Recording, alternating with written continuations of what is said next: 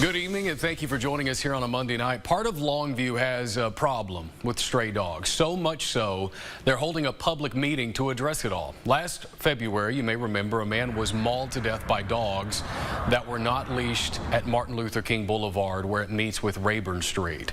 Martin Rodriguez was charged with attack by a dog causing death. Although those weren't strays, people in the area have been seeing stray dogs now for months. And as KLTV7's Jamie Boyum reports tonight, Longview's District 3 councilman plans on being at the meeting to hear the public's concerns. G. Floyd often rides his three-wheel bicycle around his neighborhood on the south side of Longview.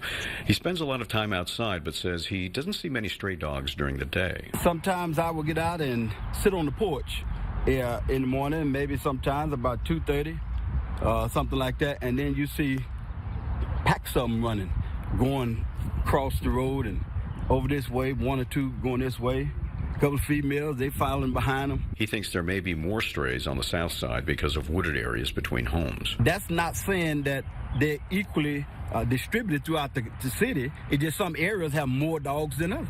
Longview District 3 Councilman Ray Wade believes it's an issue throughout Longview, and we would like to give this a little bit more attention here in South Longview. Wade says just last week, the Longview Animal Advisory Committee put together a proposal which may help control the stray dog population. They propose a new ordinance, a new spay, neuter, and microchip ordinance. The ordinance will go before Longview City Council on October 26th. Wade thinks if this ordinance passes, it's more of a long-term solution. Right now, Longview Animal Control tells us they have placed animal control officers on duty on Saturdays since they receive more stray reports on the weekends. Wade says since the south side is right along Interstate 20, he says that may contribute to animals being dumped. It's a place for them to be.